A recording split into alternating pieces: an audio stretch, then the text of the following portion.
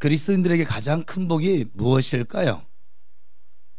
만약 여러분에게 소원 한 가지를 선택하라 한다면 무엇을 선택하실래요?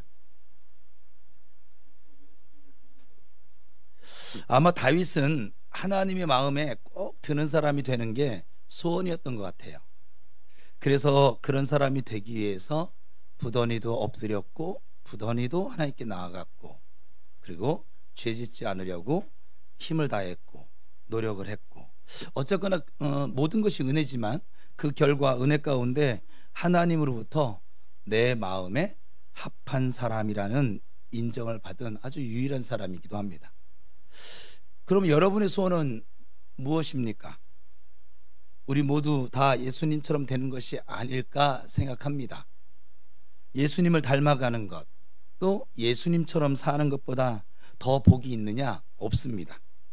왜냐하면 우리의 목표 자체가 예수님이기 때문에 그렇습니다. 여러분 모두 다 예수님을 닮아가시기를 축원합니다. 아멘. 예수님을 닮기 위해서 필요한 것은 무엇일까요? 그분이 어떤 분이신지를 아셔야만 하겠지요.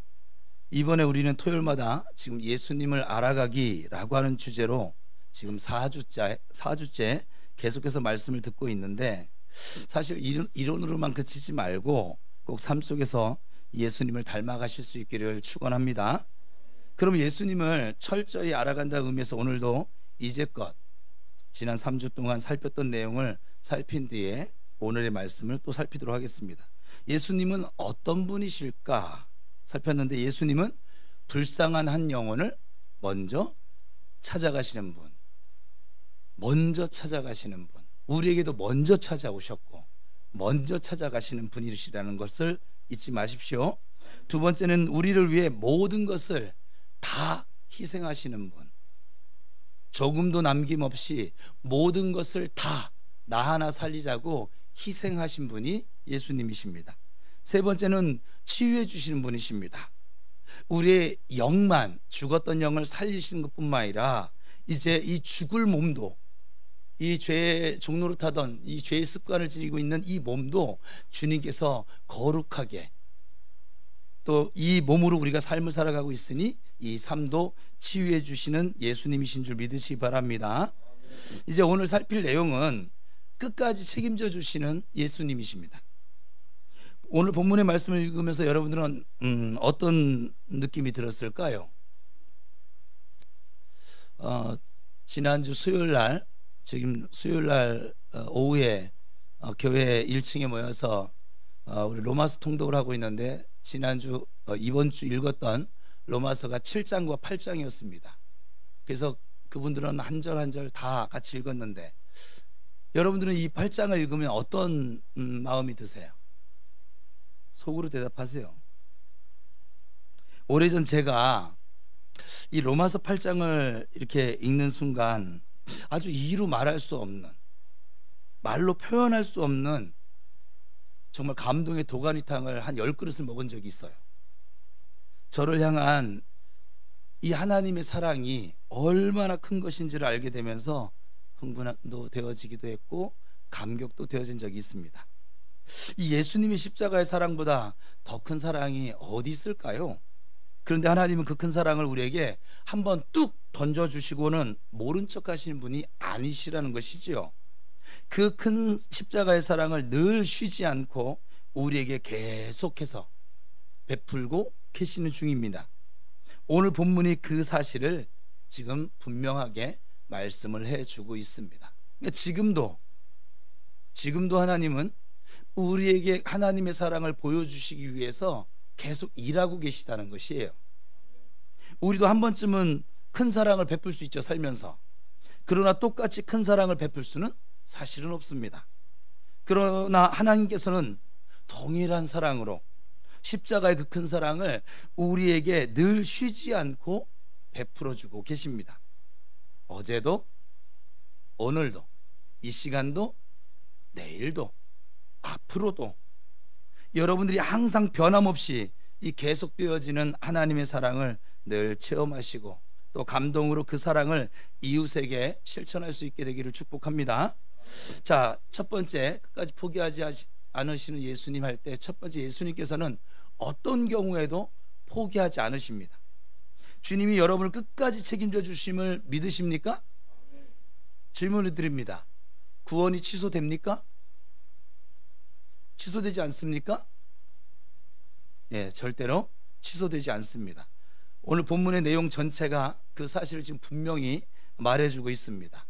내가 확신하노니 사망이나 생명이나, 같이 읽을까요? 천사들이나 권세자들이나 현재일이나 장래일이나 능력이나 높음이나 깊음이나 다른 어떤 피조물이라도 우리를 우리 주 그리스도 예수 안에 있는 하나님의 사랑에서 끊을 수 없으리라.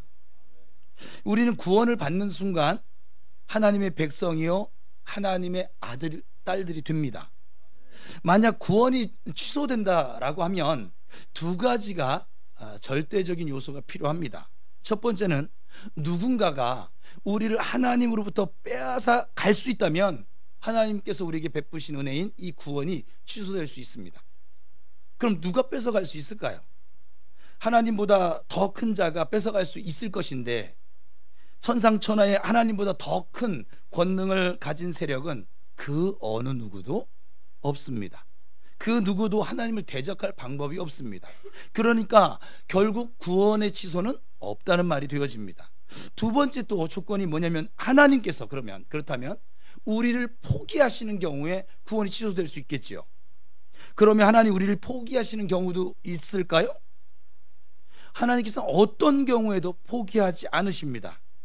오히려 한 영혼이라도 더 구원하시기 위해서 지금도 최선을 다하고 계시는 중이십니다. 우리의 구원이 어떻게 주어졌습니까? 하나님께서 오직 유일하신 아들을 나 대신 죽이시고 나를 구원하셨습니다. 즉 아들을 죽이고 나를 살리셨는데 다시 나를 죽이고 포기하시겠습니까? 만약 그렇게 된다면 유일하신 아들 예수의 죽음이, 십자가의 죽음이 헛것이 되고 말 것입니다. 여러분의 구원은 결코, 절대로, 네버 취소되지 않음을 믿고 살아가시길 바랍니다. 장로교회 창시자죠. 우리 지금 대한예수교 장로회인데 우리 교회도 그 창시자 칼빈 목사가 이런 5대 교리를 말했는데, 그 중에 성도의 견인이라고 하는 교리가 있어요. 이 교리가 무슨 뜻인가 하면, 방금 말씀드린 것처럼 한번 하나님께서 구원을 주시면 끝까지 그 구원을, 하나님께서 베푸신 그 구원을 지켜주신다라고 하는 내용입니다. 영혼 구원뿐만이 아닙니다. 하나님께서는 이 땅에서의 삶도 세상 끝날까지 항상 지켜주십니다.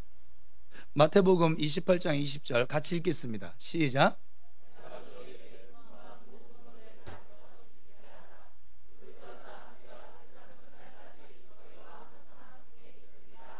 그러니까 주님께서 우리의 영혼도, 이 세상의 삶도 끝까지 지켜주시고 책임져 주신다라고 하면 안심해도 될 것이고, 또 자신감을 가지고 살아갈 필요가 있습니다. 저는 이사야의 말씀을 통해서 큰 힘을 얻었던 적이 있어요.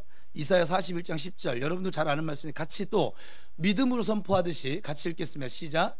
두려워하지 말라, 내가 너와 함께함이라. 놀라지 말라, 나는 내 하나님이 됨이라.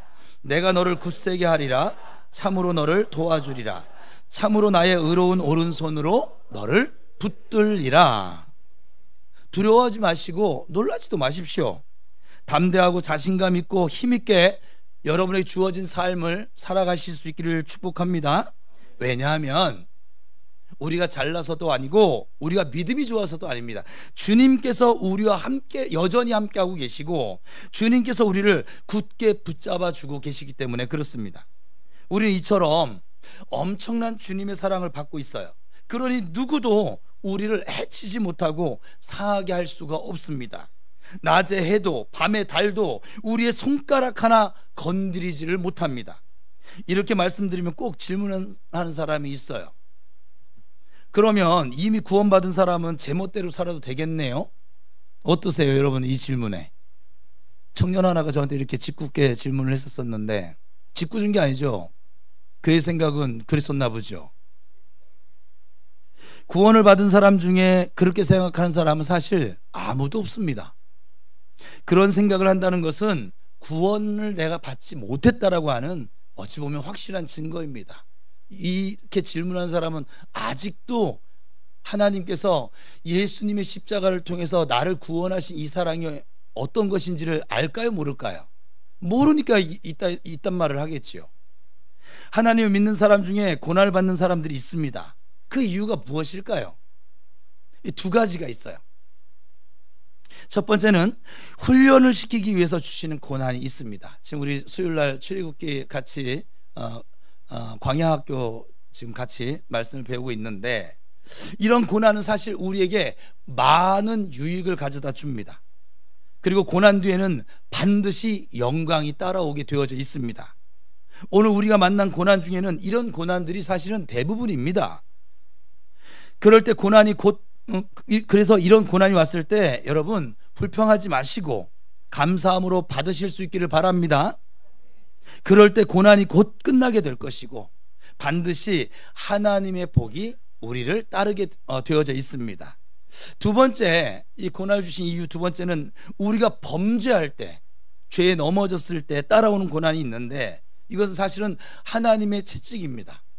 좀 더 지면이 더 있었으면 하나님의 사랑의 채찍입니다. 우리가 멋대로 살면 하나님께서는 빨리 돌아오기를 고대하십니다. 그러나 깨닫지 못하고 끝까지 돌이키지 않는다면 채찍질 하십니다.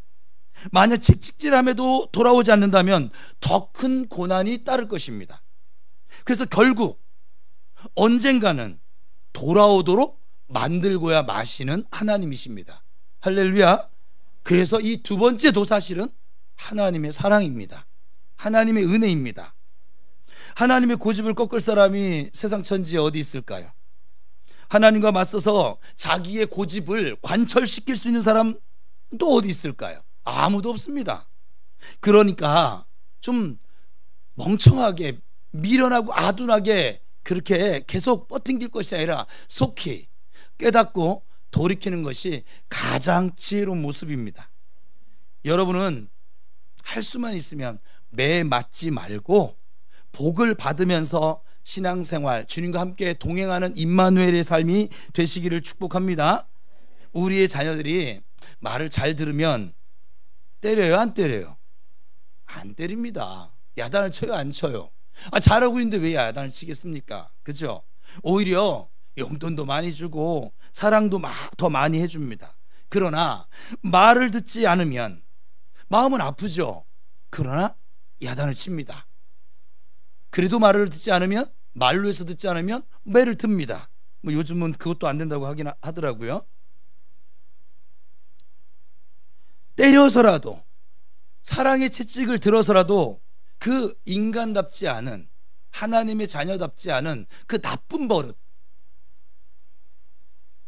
내가 주인인 삶을 여전히 살아가는 그 나쁜 버릇, 그것을 고치십니다. 이것이 바로 어떤 경우에도 포기하지 않으시는 주님의 사랑인 것이죠. 그러면 여러분들은 어떠세요? 지금 고난을 만나셨어요? 여러분 그것 때문에 감사해요? 불평하고 계세요? 이스라엘 백성들처럼 원망하고 불평하고 계십니까? 먹을 것이 없어요. 저 아말렉 군대가 쳐들어왔어요. 다음 주 수요일 날 나눌 말씀이지만 어떠세요, 여러분은? 저는 고기가 먹고 싶어요. 여전히 무엇을 먹을까 마실까 입을까 그 타령하고 계십니까? 어떠세요? 여러분들이 지금 고난을 만나고 있다고 하면 이 두 가지 범주 안에 들어갈 것인데 1번이든 2번이든 은혜입니다. 하나님 여러분을 사랑하지 않으셔서 그 일들을 주시는 것이 아니에요. 사랑하기 때문에 주시는 거예요. 왜요? 나를 주인 삼고 살아가던 그 삶으로는 저 악한 마귀와 대적해서 싸울 방법도 없거니와 하나님께서 우리에게 이미 성령을 통해 주신 모든 신령한 복을 누릴 수 있는 방법도 없거든요. 겨우 구원만 받을 것이거든요. 근데 하나님이 우리를 부르신 그 부르심은 겨우 구원받으라고 구원해 주신 것이 아니거든요. 겨우 구원받으라고 그런 것이 아니라 거룩하고 흠이 없고 온전한 사람을 세우시기 위해서 하나님의 얼굴 되게 하시기 위해서, 하나님의 대행자 되게 하기 위해서. 왜요? 하나님의 대행자가 되어서 죽어가는 그 영혼들에게 아버지의 사랑을 나타내라고요. 저 마귀의 종노릇하며 사는 자들에게 하나님의 다스림 속에 사는 그 평강을 누리는 자들로 삼으라고요. 오늘 우리 부른 찬송도 그 찬송이었었잖아요. 나 혼자 잘 먹고 잘 사는 것에 멈추어져 있다면 생각을 바꾸세요. 하나님의 꿈이, 여러분들을 향한 그 꿈이 그렇지 않아요. 하나님이 여러분들을 통해서 분명 살릴 영혼이 있습니다. 하나님의 다스리는 하나님의 나라를 세워갈 것입니다. 그것이 하나님의 원된 꿈이에요. 저를 살리신 이유는 이렇게 목사 만들어서 지금 여러 영혼들에게 하나님의 말씀을 전해서 나를 주인 삼고 살아가던 사람들이 하나님을 주인 삼고 살아가는 사람들로 변화시키려고요. 그 선한 영향력을 미치게 하시려고요. 그럼 여러분들도 마찬가지죠. 여러분들 통해서 여러분 가족이 예루살렘이니까, 또 여러분 친척들이 유대죠. 또 여러분 이웃들이 사마리아죠. 또 여러분들 통해서 뭐 이 지역 사람들이 중국에 지금 단동에 계신 유순명 선교사님처럼 세상 땅끝까지 이 하나님의 이 다스리는 하나님의 나라가 확장되기를 원하시는 것입니다. 맨날 무엇을 먹을까 마실까 입을까 이거 가지고 언제까지 타령하실래요? 이 타령 끝나지 않으면 여러분들은 계속 광야에서 뺑뺑뺑뺑뺑뺑뺑뺑 몇 년이요? 40년을 돌아도 광야학교를 졸업하지 못하고 하나님의 그 뜻을 알지 못하는 자는 또 더 돌 거예요. 50년, 60년, 70년. 어떤 이는 결국은 그 광야에서 엎드러질 거예요. 저 가난, 하나님께서 내게 주시는 복은 누려보지도 못하고 하나님의 부르심을 받을 수도 있어요. 육체적으로 볼 때.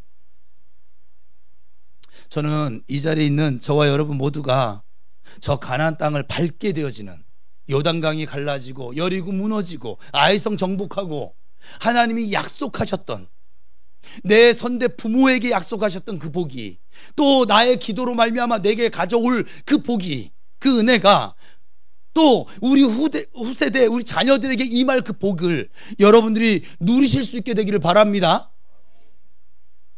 나를 주인 삼고는 결코 요단강 못 넘어갑니다. 그래서 지금 여러분 자기를 주인 삼고 살아가는 삶을 자꾸 죽이라는 거예요. 오직 하나님, 오직 예수님, 오직 성령님을 쫓아 행하라는 거예요. 그 훈련을 시키고 있는 거예요, 교회에서 지금. 안 그러면 여러분 교회 나올 이유가 없어요. 여러분 가정에서 하나님과 교제하세요. 근데 가정에서 훈련이 안 되거든요. 그래서 교회 나와서 훈련하는 거예요. 그럼에도 불구하고 여전히 내 자신만을 외친다. 내 생각만을 앞세운다. 뭐 계속 돌아야죠. 뭐 계속 돌아야 돼요. 방법이 없어요. 계속 아파야 할 것이고, 계속 힘들어야 할 것이고, 계속 터져야 될 것이고. 왜요? 말로 해서는 안 들으니까. 아버지께서 모세를 보냈습니다. 이 아버지의 뜻을, 이제 수요 기도회 때 나오지만 아버지께서 모세를 통해서 아버지의 이 뜻을, 너희들을 거룩한 제사장으로 내가 불렀어. 출애굽기 19장에 보면 그렇게 이제 시내산에서 비로소, 그전에 은혜만 베푸셨던 그 하나님께서 이제 비로소 내가 너를 통해서 이룰 일을 선포하시는 게 시내산 계명이에요.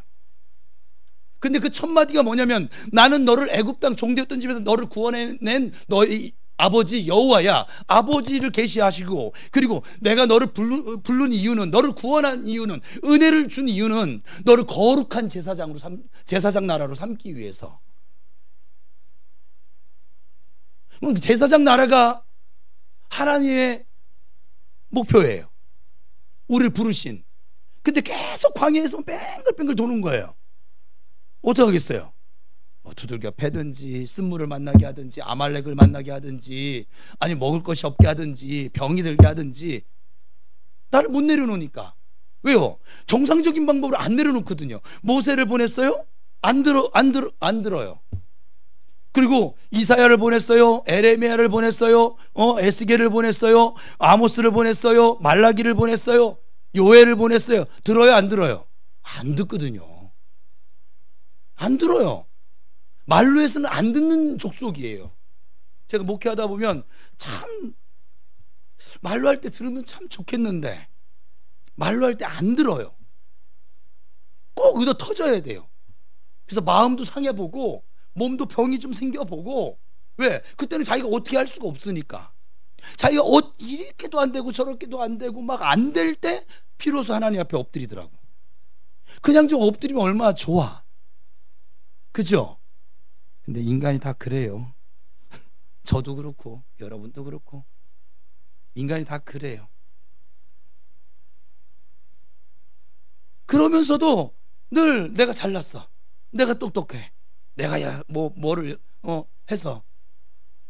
그러니까 하나님께서 참 답답한 것이죠. 이스라엘 백성들 40년 뺑뺑이를 시키시는 하나님의 마음 여러분 생각해 보셨어요? 하나님 참 기분 좋으셨겠죠. 당신이 사랑하는 백성들 저렇게 계속 더 나아가지 못하고 계속 제자리 뺑뺑뺑뺑뺑뺑뺑뺑, 예수를 10년 믿어도 뺑뺑뺑뺑, 20년 믿어도 뺑뺑뺑뺑, 30년 믿어도 뺑뺑뺑, 40년 믿어도 뺑뺑뺑뺑, 뺑뺑뺑뺑뺑. 해간 다람쥐들을 좋아하시는 종족들이 있어요.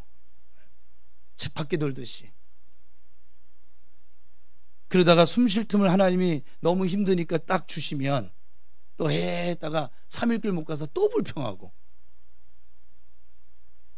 참 저는 요즘 출애굽기 강의를 하는데 제가 2011년도인가 그때 출애굽기 강의를 했었더라고요. 10년이 넘었어요. 그때 할 때는 사실 지금처럼 못 느꼈거든요. 그저 하나님의 마음이, 말씀은 느꼈지만 믿었지만 하나님의 마음이. 근데 이번에는 하나님의 마음이 느껴지는 거예요. 아버지, 제가 설교 준비하다 그랬어요. 참 마음 아프셨겠어요. 왜냐하면 제가 지금 성도들을 이렇게 양육하고 있는데 주 안에서 답답할 때가 너무 많거든요.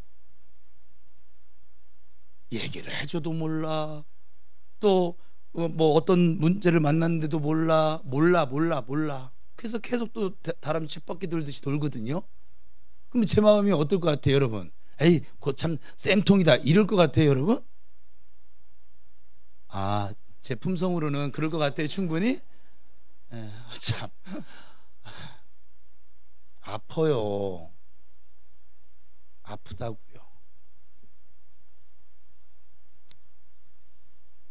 많이 아파요. 제 믿음이 흔들릴 정도로 아프다고요. 그런데요, 하나님은 저처럼 사랑이 없는 저도 이렇게 아픈데 우리 그냥 사랑 덩어리이신 하나님은 그런 우리를 보면서 얼마나 아플까.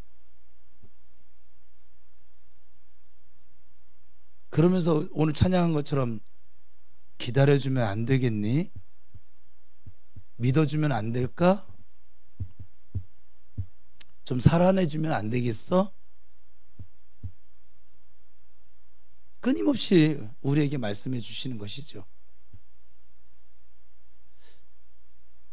여러분 힘드시죠? 여러분 힘든 것보다 말로 표현할 수 없는 답답함과 아픔을 지니신 분이 하나님이십니다. 왜냐하면 여러분 사랑하시기 때문에 그래요. 그렇게 말을 안 듣는데도 불구하고 사랑하시거든요. 어제나 오늘이나 내일도. 앞으로 10년을 더 돈다 하더라도 여러분들 포기하지 않고 사랑하시는 하나님이십니다. 그게 그 증거가 나타난 분이 예수님이십니다. 주님의 이 포기하지 않는 모습을 우리도 닮아가기를 소원합니다. 절대로 여러분 믿음을 포기하지 마십시오. 그리고 여러분에게 맡겨진 영혼도 포기하지 마십시오. 교사가 학생을 포기하지 말아야 되겠죠. 목사가 성도들을 포기해서도 안 될 것이고요.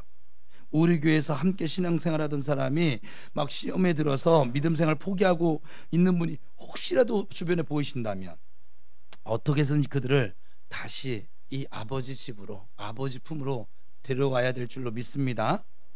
목회하면서 가끔은 목사와 이 교회의 마음을 아프게 하는 그런 사람들이 좀 있어요. 그들은 교회와 목사의 약점이 무엇인지도 참 잘 알아요. 그 약점이 무엇일까요? 저 같은 경우는 그것도 약점이 아니긴 한데, 보통 그것도 지금에서 그런 것이고요. 보통 목사와 교회의 약점은 뭐냐면 더 이상 이 교회를 안 나오겠다는 거예요. 약점이에요.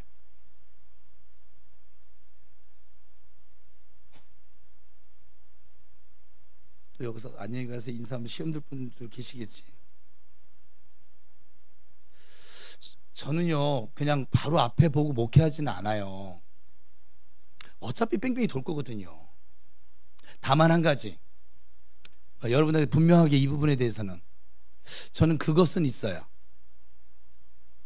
우리 교회에서 포용이 되지 않는 그 영혼, 다른 교회 가서 참 적응할 수가 없겠구나.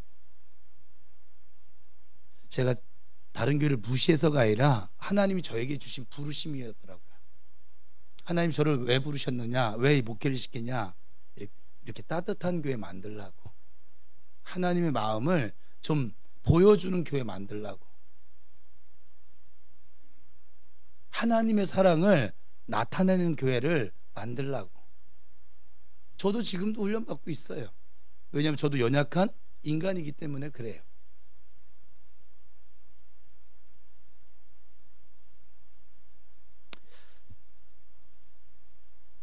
그런 사람일지라도 여러분 모두가, 우리 교회는 지금 그 능력을 지녔더라고요. 하나님께서 그걸 칭찬하고 계시는데 잘 용납해 주시고 비위도 때로는 좀 맞춰 주셔서 교회에 다시 잘 나오게끔 해 주셔야만 합니다. 왜냐하면 그들은 아주 어찌 보면 철없는 어린아이이기 때문에 그냥 놔두면 위험한 거예요.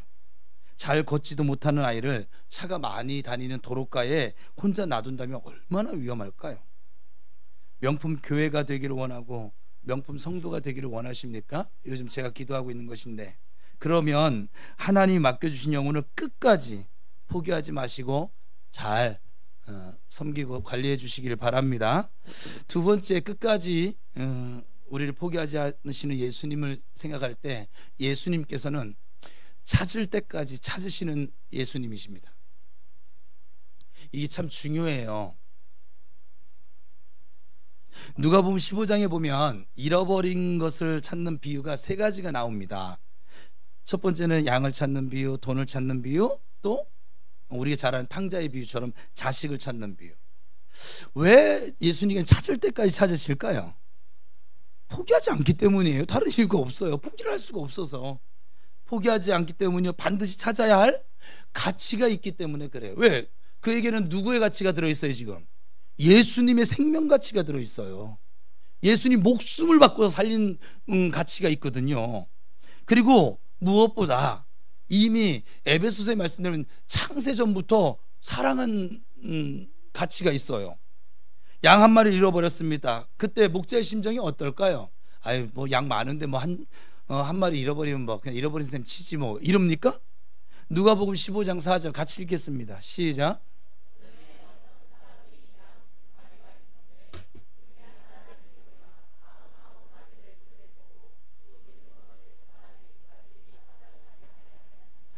여기 보면요, 찾아내기까지 찾아다니지 아니하겠느냐라고 하는 이 말은 찾을 때까지 찾는다는 뜻이에요.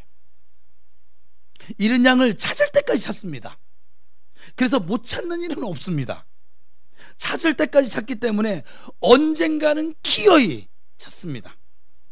목자가 잃은 양을 찾을 때 어떨 때는 쉽게 찾을 수도 있고 어렵게 찾을 수도 있습니다. 저는 이 부분을 묵상해 보면서 새로운 사실을 좀 깨달았는데, 목자 곁에서 멀리 떠나면, 우리의 영원한 목자 예수님부터 멀리 떠나면 떠날수록 사실은 찾는 것이 어려워진다는 거예요. 저희가 지금 전도를 하고 있는데 전도를 나가보면 이 사실을 알 수 있어요. 떠나더라도 목자 곁에 있으면 쉽게 찾을 수 있습니다. 그럴 때는 목자가 별 고생을 하지 않아도 됩니다. 그러나 멀리 떨어지면 떨어질수록 목자는 큰 고생을 합니다. 산을 넘고 절벽을 건너고 가시덤불 헤치고 막 사나운 짐승과 싸워야 하고 갖은 고생을 해야만 겨우 찼습니다. 우리가 어떤 경우에도 주님 곁을 떠나서는 안 될 줄로 믿습니다.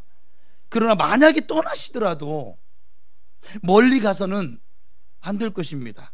멀리 가면 간 만큼 돌아오는 게 늦어질 수밖에 없다는 것이지요. 주일 예배 한 번 빠지더라도 다음 주에 잘 참석할 수 있어요. 신뢰를 들어주는 거예요. 그러나 두 번을 빠지잖아요. 그럼 참석이 어려워집니다. 세 번 빠지잖아요. 더 어려워집니다. 아마도 10번 정도 주일 예배에 빠졌다 돌아오기가 당분간은 힘들게 될 것입니다. 기도를 쉬는 것도 마찬가지죠. 하루를 쉬면 이틀을 쉬게 됩니다. 이틀을 쉬면 일주일을 쉬게 됩니다. 일주일을 쉬면 1년을 쉬게 됩니다. 아니, 기도하는 것을 아예 잊어버릴지도 모르겠습니다. 목자가 잃은 양을 찾는 것은 사실 정말 힘든 일이거든요. 방금 살핀 말씀 중에 99마리를 들에 두고 찾아다닌다라고 말씀하고 있잖아요. 무슨 말입니까? 한 마리 때문에 목자가 해야 할 일을 아무것도 못한다는 거예요. 정상적으로 이 99마리의 양들을 돌봐야 되는데 돌보지도 못하고, 맛있는 풀을 먹여주지도 못하고, 건강한지 약한지 살펴주지도 못하고, 오직 그 잃어버린 한 마리에만 신경을 곤두세우고 찾는 데 열중한다 이 말이에요. 어쩌면 이 한 마리를 찾고 있는 동안에 다른 양을 잃어버릴지도 몰라요. 또 어떤 사고가 다른 이 9마리 양들 중에 생길지도 모릅니다.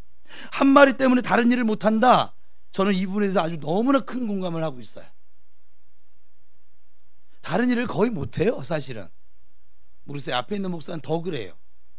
거의 못해요.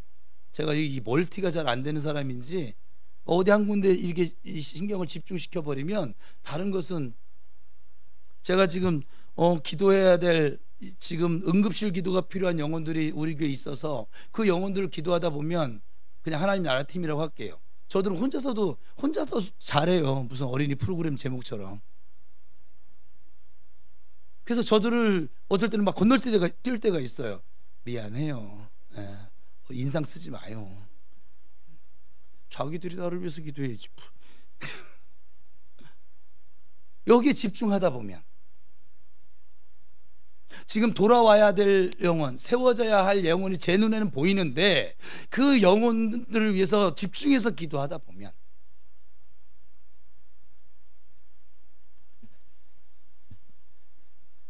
다른 기도도 못하고 때로는 다른 사람을 잘 살피지도 못합니다.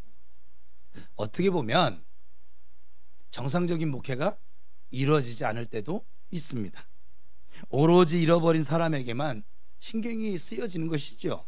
그래서 그 사람을 위해서 기도의 대부분의 시간을 사용하게 되어집니다. 그 사람을 위해서 모든 신경을 쏟아붓습니다.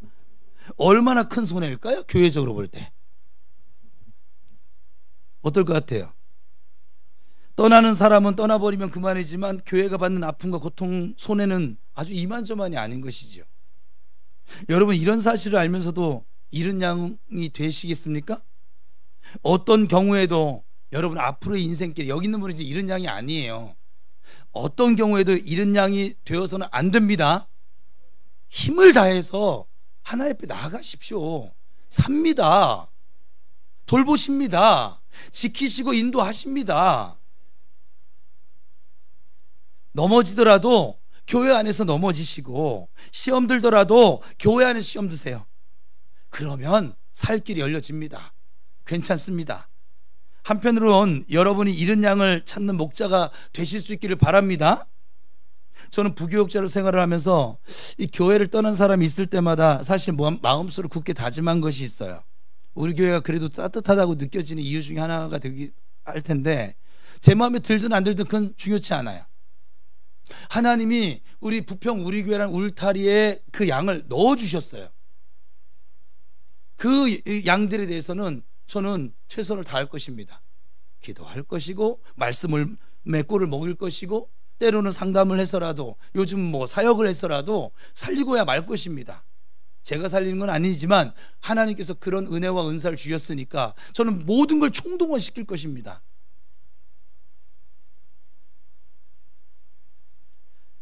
그래서 내가 목회할 때는 잃은 양이 없도록 하겠다라고 하는 다짐인 것이지요. 그러나 제가 부족함이 좀 많죠. 많은 탓에 그 다짐이 잘 지켜지지 않을 때도 있었던 것도 사실입니다. 그래도 감사한 것은 여러모로 지금 우리 교회가 열악한 환경을 가지고 있지만 대부분의 성도들이 그래도 교회를 끝까지 잘 지켜주심에 대해서 이 설교 준비하다 감사한 뿐입니다. 하나님께 감사, 또 성도들에게도 감사, 또 지금 함께 사역하고 있는 동역자들에게도 감사할 뿐입니다. 여러분은 잃은 양이 되지 마시고 찾는 목자가 되시기를 바랍니다. 누가 목자입니까? 사역자가 목자이고 봉사자가 목자입니다. 2024년 이 한 해 동안 하나님께서 목자 되신 여러분에게 양을 맡겨주셨어요. 그리고 1년 뒤에 결산하게 될 거예요. 그때 잃은 양이 한 마리도 없게 되기를 축원합니다. 오히려 새로운 많은 양을 주님께 내어놓으실 수 있기를 바랍니다. 저도 여러분도 모두 다 맡겨주신 숫자보다 훨씬 더 많은 양을 좀 내놓도록 열심을 다합시다. 말씀을 먹이고 기도로 물을 주며 또 섬김으로 잘 관리해서 재출산도 잘하는 양이 될 수 있기를 축원합니다. 단 한 마리의 잃은 양이 없게 되기를 간절히 축복합니다. 자, 명품교회란 어떤 교회를 말합니까?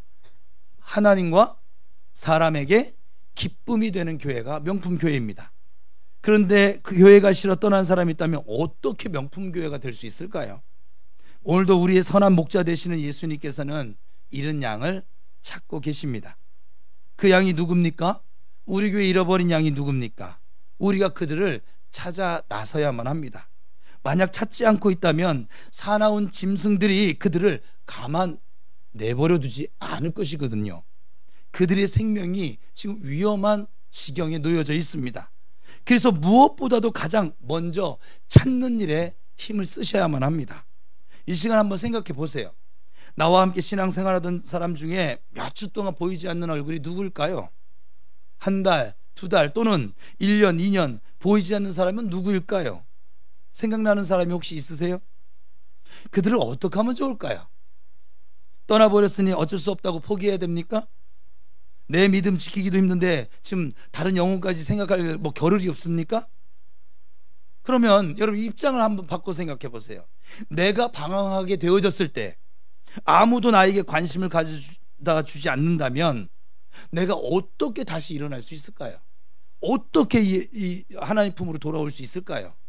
지금 여러분이 이렇게 예배를 드리고 있다는 것은 나름대로 지금 믿음을 잘 지키고 있는 중이십니다.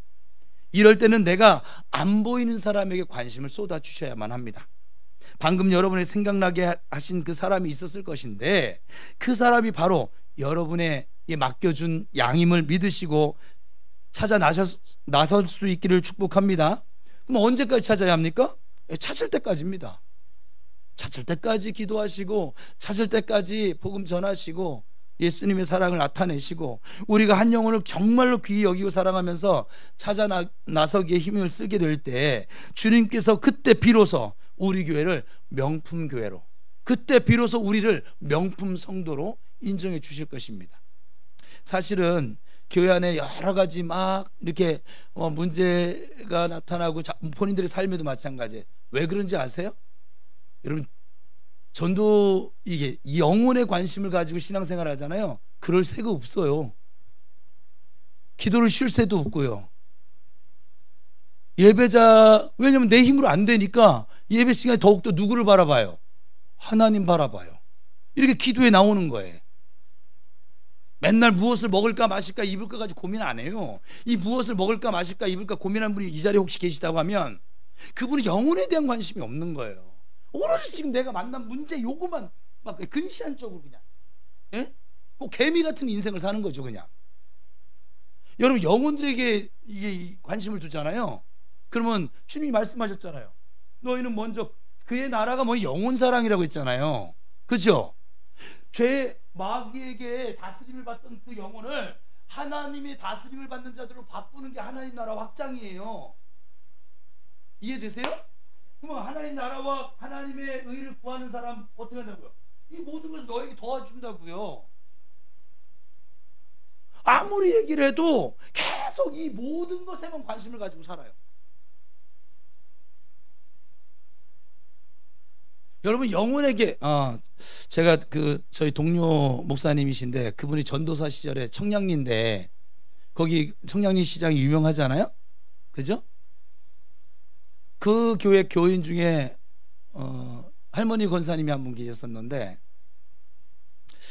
저는 전도에 대해서 그 예화 때문에 제가 이제 그 다음부터 훈련을 받고 하고 막 더 일이 있었었는데, 뭐냐면 그 할머니는 할아버지랑 다투면 어딜 가냐면 교회를 가요. 그럼 보통 교회를 가면 기도를 할 거 아니겠어요? 근데 이 할머니는 전도지를 들고 교회 밖으로 나와요. 그리고 교회 앞에 있는 신호등에서, 저도 본 적이 있어요, 그 할머니를. 그 신호등에서 어디 멀리도 안 가요. 교회 앞을 떠나지도 않아. 교회 앞에 바로 신호등이 있는데 시장으로 넘어가는, 시장 바로 앞에 있는 교회거든요. 그 신호등에서 예수 믿으세요, 예수 믿으세요, 우리 서순자 성도님 했던 것처럼 예수 믿으세요, 전도지를 전해줘요. 다른 건 아무것도 안 해요. 속은 어떤데요? 전라도 분이거든요. 아유, 예수 믿으세요, 예수 믿으세요. 우리가 볼 때 너무 이상하죠, 그림이. 그럼에도 불구하고요, 그 할머니 권사님의 신앙 고백이에요.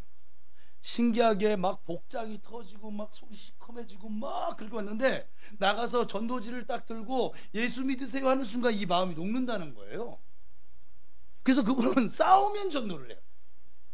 참, 이것도 하나님도 고민이세요. 그를 전도하게 만들려면 계속 싸우게 해야 되는데, 신랑하고 역발상이에요. 우리는 그러면은 내내 하던 전도도 안 하게 되잖아요, 그죠? 내내 하던 기도도 안 되잖아요. 근데 그 할머니는 참, 내가 그래서 이 참 정말 될 사람들은 생각 자체가 다른 거예요. 될 사람들은. 안 될 사람들은 생각 자체가 안 되는 거예요. 그냥 이래서 안 되고 저래서 안 되고 요래서 안 되고 그래서 안 되고 뭐 다 안 될 생각만 하니까, 그죠? 될 사람은 이래도 되고 저래도 되고 뭐 속상해도 되고 뭐 싸워도 되고 뭐 다 돼. 옆 사람하고 축복해서 우리는 다 되는 삶을 삽시다. 시작.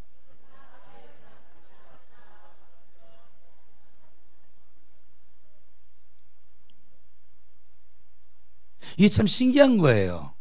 이게 지금 신앙의 비밀이기도 합니다. 먼저 하나님의 나라와 의를 구하잖아요. 여기 보면은 이 모든 것이라고 했으니 우리의 마음, 생각, 우리의 삶의 형편, 어떤 병 문제, 돈 문제, 또 뭐 있을까요? 인간관계 문제, 이 모든 것들이 어떻게 된다고요? 하나님께서 풀어주실 거라고요. 그런데도 인간이 얼마나 어리석은지, 우리는 이거 잊지 말라, 교회 올 때마다 보라고 이렇게 현수막까지 걸어놨는데도 불구하고 계속 이 모든 것만 생각을 하죠. 이 말씀은 위에 있는 전제가 이루어지지 않으면 안 되는 거예요.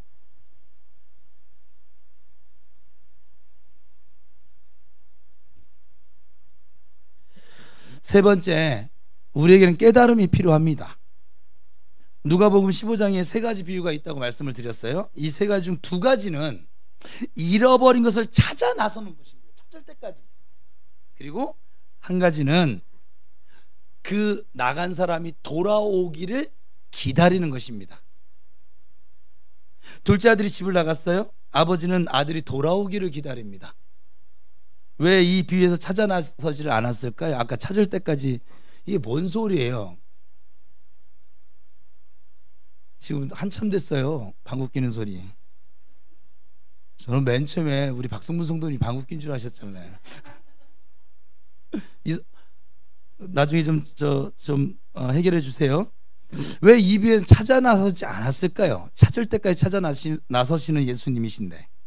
저는 이 비유들을 살피면서 남들이 나를 찾아주기를 기다리지만 말고 스스로 깨달아서 돌아가야 함을 알게 됩니다. 잃은 양을 찾는다는 것이 무엇일까요? 목자는 찾아 나서고 잃은 양은 돌아가야겠다는 깨달음이 있어질 때, 즉 이 두 가지가 한꺼번에 일어날 때 문제가 해결이 되는 것이지요. 집에 돌아가겠다는 마음이 없다면 목자가 찾기가 점점 더 힘들어질 거예요. 그러나 돌아가겠다는 마음만 있으면 목자가 쉽게 찾을 수 있습니다. 여러분의 깨닫는 은혜가 넘치시기를 바랍니다. 빨리 깨달으면 깨달을수록 고생을 덜하게 됩니다. 둘째 아들을 보세요. 가지고 간 재산 다 날렸어요. 친구들도 다 떠났어요. 돼지우리에서 돼지를 치면서 돼지가 먹는 음식을 겨우 먹고 살아가고 있어요. 그래도 깨닫지를 못하다가 맨 나중에 너무너무 배가 고픈 나머지 그때서야 비로소 깨닫게 됩니다. 남은 게 아무것도 없어요. 가장 밑바닥까지 내려갔고 더 이상 고생할 수 없는 곳까지 내려가 버렸습니다. 비로소 그때 가서야 깨닫습니다. 만약 조금만 일찍 깨달았더라면 아마도 덜 고생했을 것이고 처음에 깨달았더라면 덜 잃어버렸을 것입니다. 그러나 너무 늦어버렸어요. 얼마나 손해가 막심합니까? 그러니까 우리 주변에도 이 깨달음이 늦어서 다 잃어버리고 나중에 막 땅을 치면서 후회하는 사람들이 있어요.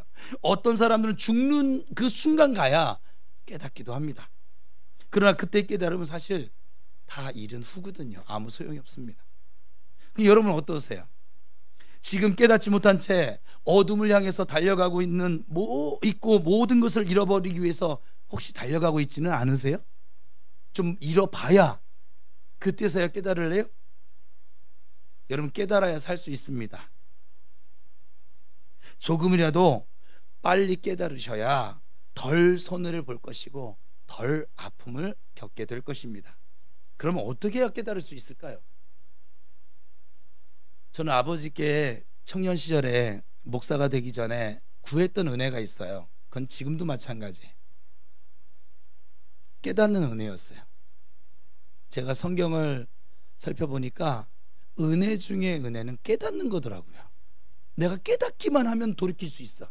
깨닫기만 하면 기도할 수 있어. 깨닫기만 하면 충성할 수 있어. 깨닫기만 하면 헌신할 수 있어. 깨닫기만 하면 다 할 수 있어. 감사도 할 수 있어. 왜 우리가 안 될까요? 여러분, 예수 믿잖아요.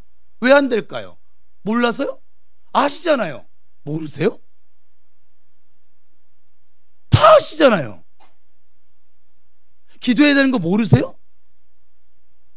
순종해야 되는 거 모르세요? 하나님 나라 구해야 된다는 거 모르세요? 교회에 질서 있게 순종해야 된다는 거 모르세요? 하나님께 그리 아니하실지라도 감사해야 되는 거 모르세요? 다 아시잖아요. 아는데 왜 안 될까요? 깨달음이 없거든요. 여러분, 깨달아지잖아요. 바로 엎드릴 수 있어요. 사실은 바로 지금 하나님 앞에 엎드리지 못하는 이유가 뭐냐면 못 깨닫는 거예요. 못 깨달아서 계속 무엇을 먹을까 마실까 입을까 맨날 이태령하면서 사는 거예요. 이 말씀만 깨달아도 아마 수지 맞을걸요. 목사님, 이번에 하나님께서 이 모든 것을 더해주신 은혜가 있었는데 제가 밥 한 끼 사겠습니다. 저도 밥 좀 얻어 먹어보자고요. 좀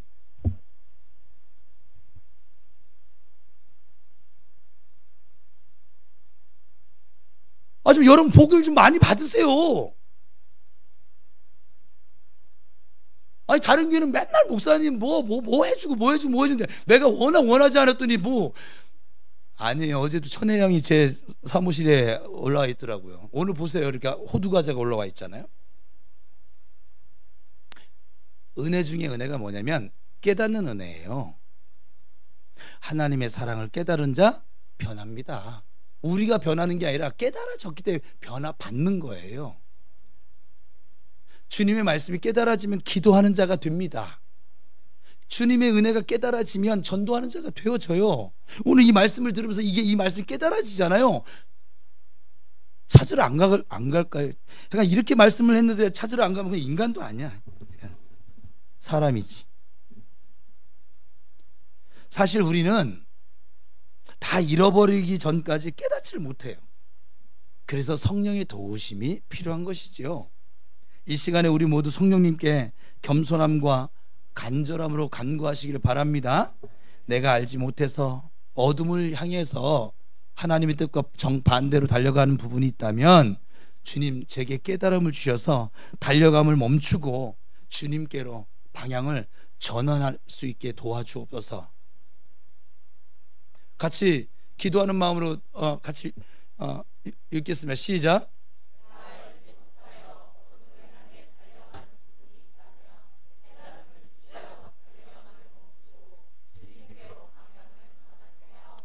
자, 우리 옆 사람을 축복하겠습니다. 주님께 방향을 전환시킵시다. 시작.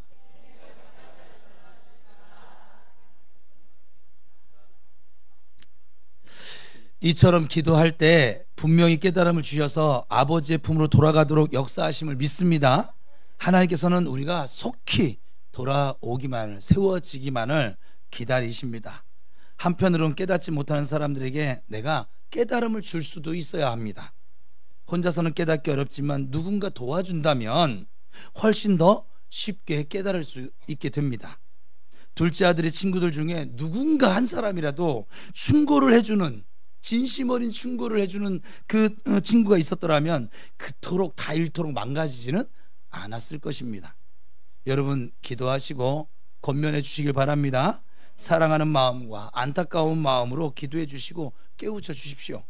그리고 반대로 누군가에게, 이 말은 또 반대로 생각하면, 누군가 나에게 충고를 해주면 기분 나빠하지 말고 받으셔야 합니다.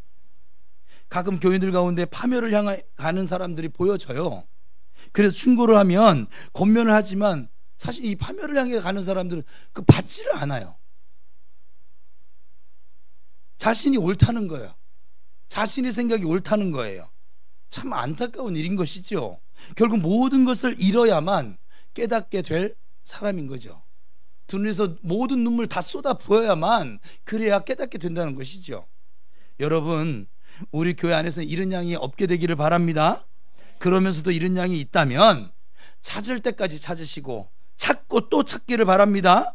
그리고 하나님 말씀이 이렇게 선포되어질 때마다 잘 깨닫는 지혜로움이 저와 여러분들에게 차고 넘칠 수 있기를 축원합니다. 내가 이런 양이 되어 어둠 속을 방황할 때 주님께서는 먼저 나를 찾아와 주셨습니다. 그 덕분에 지금 나는 이렇게 구원의 복을, 은혜를 누리고 있습니다. 모든 것이 하나님의 은혜입니다. 이제 이런 은혜 받은 우리가 하나님께 응답할 차례입니다. 2024년도에 많은 영혼들을 찾으셔서 명품교회, 명품성도의 은혜와 복을 마음껏 누리실 수 있기를 축원합니다. 기도하겠습니다.